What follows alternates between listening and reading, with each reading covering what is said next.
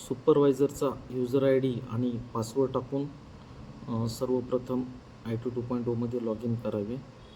त्यानंतर बुकिंग सोल्युशनला जावे. त्यामध्ये counter operation, allocate counter to operator, यामध्ये तुमचं ऑफिसचं नाव, ज्या कर्मचाऱ्याला काउंटर अलोकेशन करायचं आहे त्या कर्मचाऱ्याचा एम्प्लॉई आय डी इथनं तुम्हाला टाईप करून सिलेक्ट करायचं आहे. त्यानंतर काउंटर नंबर सिलेक्ट करायचा आहे,